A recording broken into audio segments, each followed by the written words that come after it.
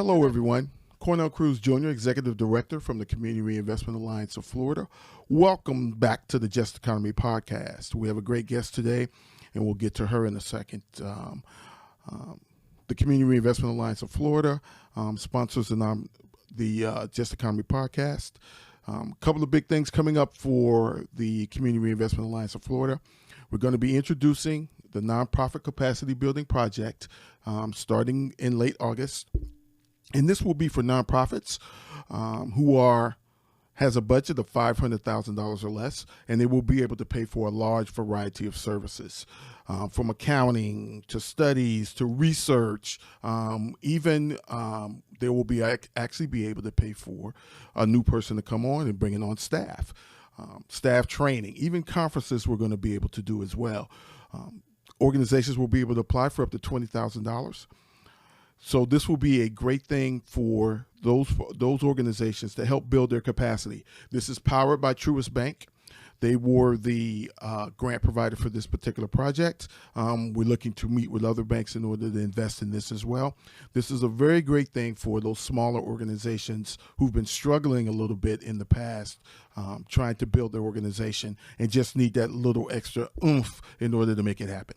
So we're going to be able to provide that. As a matter of fact, my guest this morning is actually going to talk about some of the things that her organization provides. But this will be a great capacity building project, a great project to help these organizations build their capacity. Look forward to seeing the announcement. Look forward for the flyers. You must be a member of the Community Reinvestment Alliance of Florida. Check us out at reinvestmentalliance.org. Come on and be a member so you'll have the opportunity in order to apply. Our guest today is Angela Moose from BSRI Institute. She's going to talk to us about what her organization does. And if you are a nonprofit organization and you need data, you need studies, you need research, this is the kind of thing she's going to do. And she's going to elaborate on all of that a whole lot better than I can. But we welcome Angela. Thank you for coming and being on the Just Economy podcast. Thanks for having me, Cornell. It's good to be here. Yeah. So we're just going to have a conversation. She's going to talk about all the great things that her organization does. But before we get to that, I'm a big history buff. So I like to know how people get from yesterday to today. So tell us a little bit about yourself. Okay. Well, I grew up in Omaha, Nebraska, and I was there, did my undergraduate there at Creighton University. Then I moved to Atlanta to pursue graduate school, and I was there for about 6 years. I met my husband-to-be, who decided he wanted a second career as an attorney. So he wound up going to law school at University of Miami, and right as I was finishing up my doctorate in Atlanta, we both moved down here to Miami and have been down here ever since. And so I really got my career started. It was a nice ending for me in Atlanta, graduating from my program and then coming down here to start my career. So what was that program? It was a master's PhD program in community psychology at Georgia State. Really? Community psychology. Community psychology. Wow. Ooh. That's deep. That is truly deep. So Angela, before we get to the BSR Institute, what drove you to start this organization? Well, the organization was founded by Robert Ladner in 1976, but Dr. Ladner is still very prominent in the community here in Miami. He still runs BSR Corporation. Okay. And they do a lot of great work in the HIV/AIDS space, so we're lucky to have them as a partner. But the Institute had been dormant from 1981 until 2010. Really? And when I joined the corporation, working under Dr. Ladner, I found out about the Institute and was just really intrigued about this idea to have a 501c3 organization providing not direct services, but providing data support, evaluation support, research support, all the things that I had just learned about in my program that I was so excited to get going on, that we wound up having conversations and were able to revive the organization. And then I was able to start working for it formally in 2011 and become the executive director in 2015. Oh, okay. I got some other questions about some things you just said, but before I get to that, what is the mission of BSRI? So, Behavioral Science Research Institute's mission is to support the social impact sector. I know you love calling these organizations social impact organizations. To support that sector by supporting them to make informed and effective decisions through tools, resources, services that we provide so that they can use data for action. Mm-hmm. And the tools and services we provide vary. You mentioned some of them. They're, one-pagers, research briefs, literature reviews. We've been doing a lot of interactive data dashboards. We also do quite a bit of support on federal grant reporting, which can be very tedious for our partners. We do capacity building around data and evaluation and convening our partners around common community needs. But the key here in our mission is data for action, because we're not in the business of gathering data for the sake of data or for the sake of advancing the field per se. We really want to give our partners the tools and the information so that they can enhance their program, refine their service, strengthen their funding portfolio or their funding allocation, all of those things. Okay, so it's very interesting, all the things you just listed, because most of the social impact, or every social impact organization that I know of and has been involved with for the last 20 years, we're all mission driven. You know what I mean? The first thing we ask when someone asks us, what do? We talk about our mission, whatever the issue is we're going to solve in the community or try to solve or help within the community. But what's interesting about what you just said is you looking at it from a data portion. We can, I can have all the passion in the world, but I got to be able to report those numbers. And I think one of our big issues is, how do we get those numbers? And you guys can help us with that. Yeah, the approach that we take is to really work with our clients and partners, whether they're smaller businesses or funders or universities. We really want to understand why they are interested in data, and that usually starts with questions they have or questions their stakeholders have. So data is only useful if you're using it to answer questions. And sometimes formulating those questions is the hardest part. So we have a model that allows us to walk our clients through that process of deciding what questions they have. Maybe they have a question about a program's impact, or they have a question about how to refine things, or is their staffing correct? Or sometimes it's organizational. Do we have the right workflow internally? So once we have those questions in place, then we can design data processes to answer those. I mean, it's so interesting. Another point you just made that was excellent is staffing, because we have a tendency as a social impact organizations, we have a tendency to get staffing that can meet a particular need within the organization, but may not help the community, right? And that same person may not have the passion. So you guys can actually help us with how we, even getting the right staff person who's probably right or wrong for the job, right? Absolutely. I think evaluation and data-driven decisions, this is a human aspect, right? We use data to make decisions every day, whether it's observations around us, or if our stomach grumbles, we know we're hungry. I mean, we're constantly bringing in data, and so these data concepts and the work that we do doesn't just apply to external programs or services. We encourage organizations to embed these processes internally so they can have strategic planning, so they can take a look at their organizational processes. It's really a way of doing business more so than, a single service that we're offering. I hope you're listening to social impact organizations, and that includes me. I'm listening to you, Angela. I'm thinking about all the things that we didn't necessarily do wrong, but we did out of passion without study and data to back up the things that we wanted to do. We all do the numbers, I think, but we may not use them correctly, when we're trying to tell our story, right? It's true. I don't necessarily fault the organizations themselves, because funding nowadays, it's very restricted. So organizations are often left with making a decision of whether to invest in the business themselves or to serve their community. And that's a really hard place to be in. Oh, yeah, something I hope I never have to see. So Give us an explanation as to why this is so important to the community.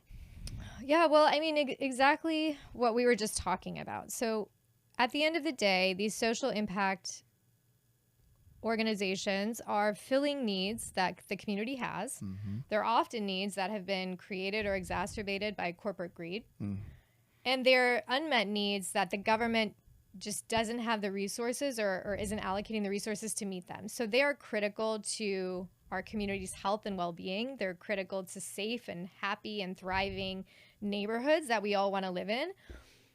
But these organizations, if they have to make the choice of putting their funding towards meeting their needs or towards investing in their business, they're going to pick the community because they're built out of passion and they're individuals who sometimes have faced those needs themselves. And we wouldn't tell them otherwise. I think our ask is at the funder level to understand that to be a successful business, they still have to make payroll. Yeah. They still have to keep the lights on if they have brick and mortar. To be a successful business, you need more than 4% admin or operations. I mean, you need a decent amount of money to make that investment. And that's on the leadership development side. It's on the strategic planning side. It's on the data and evaluation side. But investing in organizations at that level is going to pay dividends. And we've seen it happen. You know, we can't just think that we can survive on passion alone. We need the data and we need help with the data because I think while we can gather numbers, we don't know how to aggregate it well. And that's something that you guys can help us with, correct? It is. We support organizations to build data infrastructure, which is a fancy way of saying how to collect data, how to keep data, how to store it, and then what to do when you want to use it. All of those pieces. Okay, lightning bolt. What to do when we want to use it? You know what I mean? Because I think everybody thinks, or most organizations think, and even the large organizations think in the terms of, let's put that number there, let's put that number there, let's put that number there and that number there and then in most grants that you see, especially that are online, and especially federal grants or government grants, they want to know how to interpret those numbers. So you guys can help us with actually interpreting the numbers that we're just inputting, right? We absolutely do. We do quite a bit of data analysis support.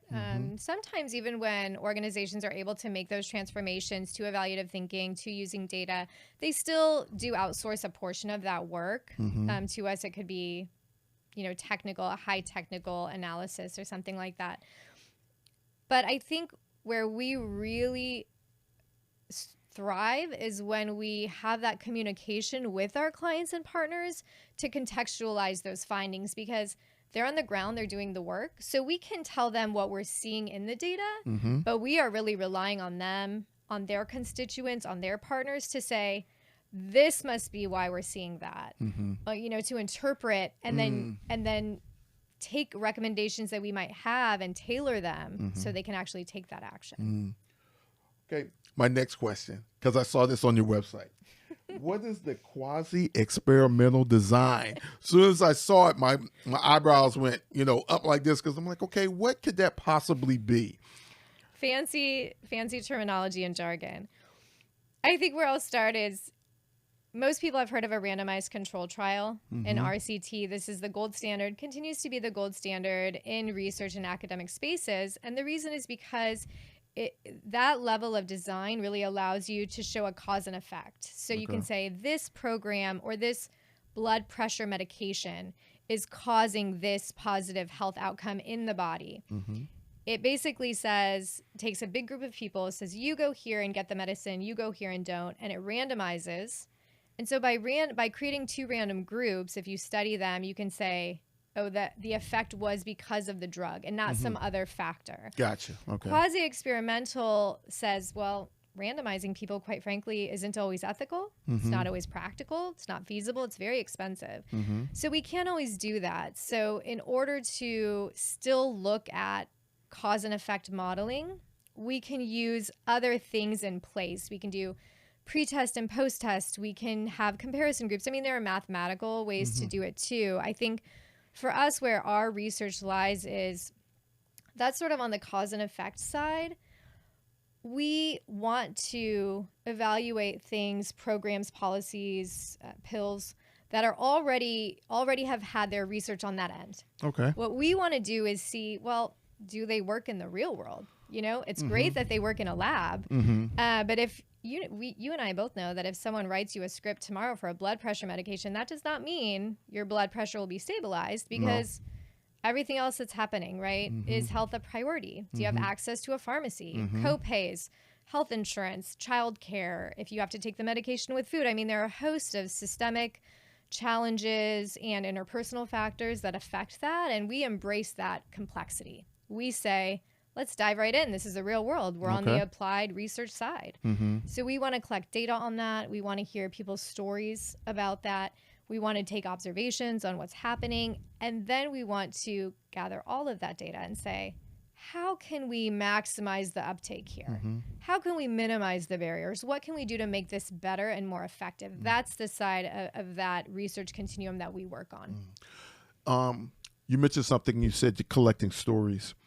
You're talking about the stories of a social impact organization, folks who they serve, correct? Yeah. So, in collecting those stories, do you find that, what's the word? Do you find that maybe difficult because of the social impact organizations have a tendency to serve, or do serve, the folks who are marginalized in the community? So is it difficult to find people who want to actually tell their story? It can be challenging. I think it's about the approach. What we have found is that, well, first let me say we have a highly trained, very diverse team. And when I say diverse, I'm not simply talking about racial, ethnic diversity. I'm talking about lived experience diversity. People that come from different walks of life. And we really prioritize creating trust and building rapport. We're not just going to walk up to someone and say, oh, you look like you're accessing mental health services. Why don't you tell me about that, right? That's inappropriate. So it's all about building trust, about building rapport, and about pairing the right skill set to elicit that information. But stories are extremely strong and powerful. And even when they're sometimes hard to hear from our own places of privilege, they're vital, they're critical, and actually sometimes more than the numbers and the quantitative data, it's stories that change policy and that stick with people. I think you said something very important, is the folks that you have to go and collect the stories actually have the lived experience, so they know how to make that approachable. So that makes it more easier, I think, for people to tell their story. There's nothing like being able to tell your story to someone who's like you or gone through some of the experiences you've gone through, because that person knows how to ask the question correctly. That's right. Without being disrespectful. And that's really great to hear. I'm really glad to hear you say that, because too often we have people who don't have that experience or don't look like them and want to go in and ask, well, how do you feel about what you went through, and stick a mic in their face, you know? Right. So I think that's so important. That's when you're trying to get these stories, social impact organizations, it's important that it's not someone who's just, I think Angela just said it perfectly. It's just not someone who's never lived that experience, never gone through what that person has gone through, to go in and ask the question and learn how to ask that question more respectfully, I think, right? It is. There's a need for human connection. We've lost a lot of that. I think empathy, genuine caring, showing vulnerability, these are things that we try to model at our organization. And realistically, qualitative research methods, or when you're capturing stories from people in focus groups or in interviews, that is a skill. There is some rigor to that. I mean, there are protocols and processes that you follow to maintain the validity of the data. And so there's that component of training. But Cornell, we make it a point not to bring anyone onto our organization that doesn't have the passion and the heart for the work that we do. And for me, and I think most of the individuals that we work with, it's about that human connection and that human story, and that's where our heart is. That's great to hear. That's great to hear. So another question I wanted to ask was focus groups. I myself am a huge political junkie. I watch politics like I watch basketball. You know, same thing as far as I'm concerned. But I always see a lot of focus groups, and it goes back to what you previously said, is I always see the person who's asking, who's leading the focus group, never looks like the people that are doing the focus group, and that's in the political world. But I think is it a difficult task to put together these focus groups and a second two-part question and get honest answers from them? It can be difficult to recruit. We often ask partners in the community to help us recruit for that purpose. As I mentioned, we are not collecting data for the sake of data. We're collecting it to answer questions. So typically people want a voice there. They want to have a voice in a problem or in a need. I think if you approach people in the right way, they do want to share their thoughts and how they feel about something, their ideas to make things better. So recruitment it can be a struggle, but it's not something that we've faced horribly. I think, approaching individuals in that group setting, it's all about that training component. So you can't just go in. It's similar to if you're leading a group therapy class, you need to have training. You need to have clinical training. And it's same for if you're using that focus group to gather data for evaluation or research purposes. You need to have training. You need to be able to manage group dynamics. You need to have plans in place if something comes up that's sensitive or makes someone uncomfortable. You need to have numbers in place like 988 or 211, that people can call or refer to. So those are just aspects of appropriate research and appropriate data collection protocol that our team is definitely trained in. But focus groups like storytelling, that's how you get to the why something happened and how something happened. And numbers, no matter how much quantitative data you have, you will not be able to answer those questions. So why are focus groups important to social impact organizations? Exactly what we were just talking about. I mean, you can collect survey data. You can have numbers, number served, number who improved, number who accessed food or housing. Those numbers will tell you what happened, which is excellent. And they're going to tell you to what magnitude, how much of that happened. It's not going to tell you the how and the why. And that's how we solve complex problems. We have to understand how things are changing. What's the mechanism for change? We need to understand why things are changing for a certain group if they're not changing for another group. If we see that a certain subgroup is doing better from a program and another group is not, that's when a focus group is going to come in handy because it will allow us to understand a deeper sense of the data. It really helps us to contextualize the findings and show why they're important and how they can be used. So when I think of focus groups, I usually think of focus groups in person and not a survey. To me just doesn't make you feel me. You know what I mean? It just you can't feel my either my passion, my anger, my happiness, or whatever. You can't feel that on an online survey or a paper survey. So doing those focus groups in person, do you recommend that for any size social impact organization? We will always recommend mixed method approach. Okay. So we think both are important and vital. We do need the survey data. We do need the tracking data, the numbers, the categories. We need that data, but it's no more or less important than the storied data.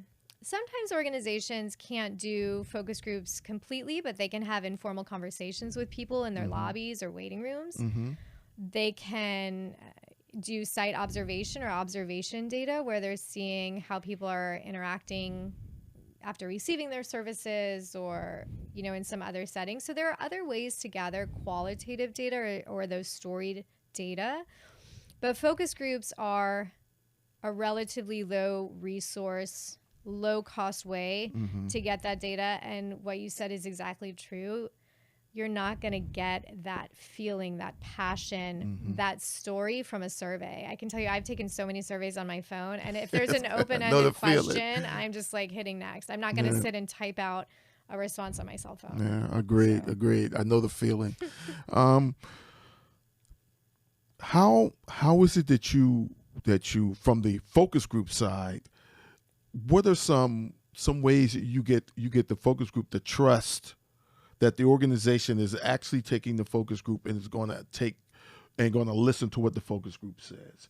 You know, what would bother me is I'm sitting in the focus group and I took my time out of my day in order to do this focus group, but nobody at the organization is listening. So how do you build that trust from the focus group that that what they're saying is going to be taken into consideration? It goes back to building trust and showing up. I think our partners know that we care about the community, that it's genuine. We're not in it for a paycheck. We want to live our mission, and we want to see organizations use data to drive change. It's embedded from the early points of our working relationship with any partner, again, whether it's a funder or a community-based provider, where we talk about our approach, and that approach includes taking recommendations from the data and actually incorporating them into organizational practice. So it's not a surprise for organizations that we expect them to use those findings.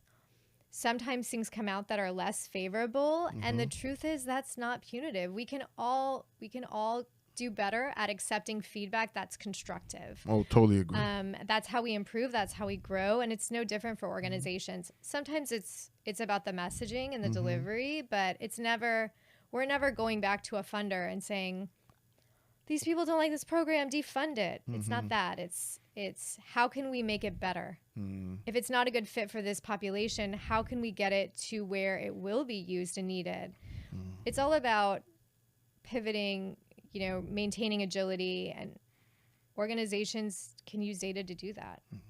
You talked about the psychology, about the community psychology, and I'd like to expound on another thing, the social impact organization psychology, because you just said something very, very important, is that we as social impact organizations may not want to take the references or suggestions or even the grievances of a focus group or any survey. We might not want to take it because we feel our feelings are hurt. You know what I mean? And we're trying to do our best we can in the community, but maybe there's certain instances during that time frame, or maybe we just had an idea, but the idea was wrong, or we didn't execute it right.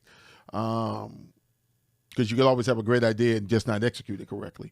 So how as a social impact organization, how can you also help me to be responsive to what any survey, customer, client, focus group has saying, and not take it as being, oh, they're just beating up on us because we didn't get to serve them the way they wanted us to serve us?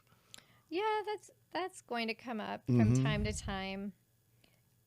For BSRI organizationally, if I'm just being honest in terms of how we practice what we preach, we invest heavily in leadership coaching and executive coaching. A huge part of professional growth and personal growth is seeing failure or seeing setbacks not as failures, but as opportunities for learning. And it sounds so cliche, but it's absolutely true. This is how we grow. We're uncomfortable. We hear something that's less favorable. Someone interpreted something, we didn't mean it that way. We immediately get this type of body language, and it happens at the personal level and it happens at the organizational level. And, for me personally, I'm not great at it, but I've learned to get better at it from practice and from coaching and mentorship and guidance that I've had from several people who are just tremendous and excellent. And I think at an organizational level, if they had the opportunity to invest in that level of capacity building for their senior staff, it would go a long way. See, thank you. Something Angela just mentioned was capacity building as far as leadership is concerned. When I was in the military, I went to 8 million leadership schools, right? And it was constant. It was because it was a constant thing of building on your leadership. There's no such thing as a perfect leader. I'm a firm believer that for every type of person there is, there's a type of leadership. So, and being able to accept criticism and build from that. So you just said, what you just said was so important. Being able to accept that and then build from that. Because I feel you. If someone critiques me, I get that little twinge in my chest, and I'm like, but you got to be able to as a leader and as an organization, be able to say, okay, let's take that. Let's see how we can build on that. Either we did something wrong or we did something right, but how can we build on it? And maybe that person's talking about it from their experience, right? The either the client or the funder or even the focus group of whomever. Let's take that and build on that. I'm really glad that you mentioned about the leadership and the leadership building, and for me it's a constant thing. To this day, I still learn new ways to lead. Still look at it as what other people do, how they react as well. I tell my daughters, I tell them all the time, I want you to learn two things: what to do and what not to do in any situation. So learn from people, but what you just said is so important as far as the leadership is concerned, and expanding our leadership. Our leadership should never just stop.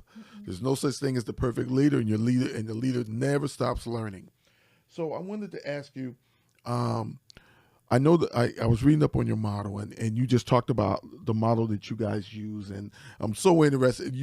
I'm so interested that you got a degree in community psychology. I'm sorry I keep harping on it, but it's just, we look at psychology, everything as an individual and not how the community thinks, feels, reacts, right? We just don't.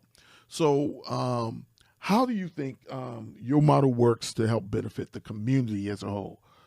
Especially from your community psychology. I love that, man. I love that. I've just never, for some reason, I don't know why I've never heard it, but I've never heard it used in that term, community psychology. Yeah. Well, you hit the nail on the head with your interpretation of it. That's exactly it. So our model is really designed to build organizational capacity at a sustainable infrastructure level.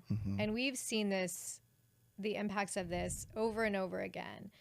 We see organizations that are able to incorporate data feedback loops and evaluative thinking, just thinking about data in a different way, thinking about how they're designing services, embedding that level of flexibility to take data and use it, not being so rigid in their processes and protocols. And when they can start doing this, we find that they can put in data collection roles into staffing descriptions. They can start to design their workflow to include data collection and storage at certain cadences. We're going to put out this client satisfaction survey every 6 months. It becomes part of their practice. It really becomes routinized, and the sustainable and the growth and the impact from that is just exponential. We see organizations that are able to use data to make decisions to enhance programs and services. We also see that they're able to communicate those positive findings through their marketing to their constituents, and then leverage more dollars, more funding, bigger grants, more diversified funding. From a funder perspective, we see when we're partnering with funders or government organizations, they're able to really fine-tune their funding allocations.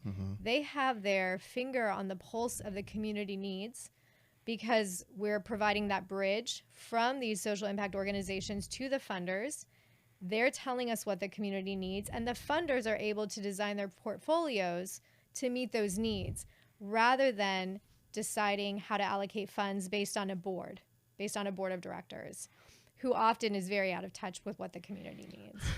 So it strengthens the impact and the fabric that is that social service sector. I'm really gonna look to work with you guys, because from a funder standpoint, one of the things that we're trying to change is our mission is to ensure that the banks reinvest into the community. And by law, the banks are required to do so, the Community Reinvestment Act of 1977. And one of the things is that they're so rigid what you just said. They're so rigid, and we're kind of and the thing is, they only thing that's regulating them as far as that's concerned is not government. The only thing that's regulating them as far as that's concerned is their board. And as you just stated, the board is out of touch. The board sees only probably what they see on TV or maybe read about in the media, and not knowing what's truly going on the ground, and not seeing the needs of an organization on the ground. So I got to figure out how to get them to understand. I need you to change your ways. You've been doing this restrictive funding since forever, and I also get that side as well. Sure. But you've been doing this restrictive funding since forever. Boy, here's what I need you to do. I need you to loosen the way you do work, and understand that in order to solve some of these issues that we have, it can't be as restricted as you have it. So I really need to work with you guys to figure out how do we get the funders to understand that there's a difference, in how you're thinking and the needs on the ground, right? Yeah, it's absolutely true. I mean, I think if nothing else, these funders need to see these social impact organizations as small businesses, mm-hmm. as what they are. They're mm-hmm. businesses. Mm-hmm. In the same way that a for-profit business mm-hmm. functions. It's just a tax designation, that's it. Exactly. They have to pay their staff at market rate mm-hmm. to retain them. They have to offer benefits. They have to have if they have a brick and mortar, it has to be in a safe space mm-hmm. where they can serve the community, and they have to consider operating like a business. And so funders should not treat them any different. No. They shouldn't say, no money for you, run on volunteers or run on paltry pay mm-hmm. to serve the community. It just doesn't make sense. Yeah, we definitely have to talk about how we can put together some type of study, something that we can distribute to the banks on how they can better achieve reinvestment into the community, and how they can better achieve results from reinvestment in the community. Because we try to get them. We talk about affordable housing. We talk about mental health. We talk about all the things that are needed in the community. However, the bank says to me, or the not just the banks, but the funders will say, well, Cornell, here's $100,000, but you can only do this with it. Not to mention, okay, well, look, I got to pay somebody in order to do that. I got to pay for the staples. I got to pay for the pencils. I got to pay for the ink. You know what I mean? I got to pay the FedEx guy. I got to pay all of this. These are peripheral to this project, right? But we can't do this project without those things. Right. So trying to get them to understand how they can better and get a better return on their money, because it's all about, for them, it's all about a return on the investment. And I get that. Yeah. You know what I mean? One of the main reasons we even have a Community Reinvestment Act, and it's done as it is done right now, is regulated, and they have to be if they want to be federally insured in this country. So, I look forward to working with you and talking about those things, and maybe developing a study that we can get out to the banks to get them, okay, here's where your dollar can stretch even further if you loosen up your regulation and policy a little bit, right? That would be really exciting. Yeah. Something I think we just made a connection right quick that we can do with them, with BSRI. So coming up on the end of the podcast, but I want to ask you one last question. I always leave it for last. Very seldom do I tell my guests what the question is going to be, but if you looked at any of our other podcasts, you could tell. So, I gave you all the power in the world. What would you change, and why? Such an interesting question. I wish I would have heard more of what other people No, I want you to think off the top of your head, whatever your passion is, whatever you think is, whatever, personal or professional, doesn't matter. I think I would really want to reinstill faith that the people have the power, that democracy is real, and that people, that their voice is powerful, that their vote matters. I mean, we're coming up on an election, but in general, I think I've heard a lot of cynicism as of late about people voicing their ideas and their opinions, and we just spent a lot of time together talking about the importance of telling stories and qualitative data and data. And I really would want people to believe sincerely that their data, their story makes a difference and that people care and are using that to make decisions that affect them. Well, thank you, Angela. This has been a very interesting talk, and I hope we have a partnership that we can form in the future, because I have some ideas, and I think you guys could help me with those ideas, help strengthen our community. Angela Moose from BSR Institute has been our guest today, talking about some very, very important things. I get you, social impact organizations. I hate data too. I hate collecting it. I hate talking about it. I hate having to put numbers in. I hate it too, but there's a necessary, I don't want to say evil, but it's a necessary item that we must have. But Angela's organization is really talking about getting the stories and talking to the people behind the data. That's getting the data, I think, is pretty easy, but getting the people behind the stories is what is also important. And I think that reaches the heart better than anything else. I'm a part person that, seeing people's stories is the things that brings out all the emotions in me and all the passion in me that makes me want to invest more in the community. So I thank you, Angela Moose. Thank you so much, from the BSR Institute. She's going to be a big part of our nonprofit capacity building project going forward. So, social impact organizations, you want to help with, you want to build capacity. There's certain things that we must do. So, look forward towards the end of this month. Look forward to Angela's organization being a part of that as well, and you'll be able to access her. And we thank Angela Moose. Moose. I'm sorry. I was scared I was going to say it. I was so afraid I was going to say it. This has been the Just Economy Podcast, sponsored by the Community Reinvestment Alliance of Florida. We look forward to seeing you next time. And again, thank you, Angela Moose from the BSR Institute. Thank you. Thank you.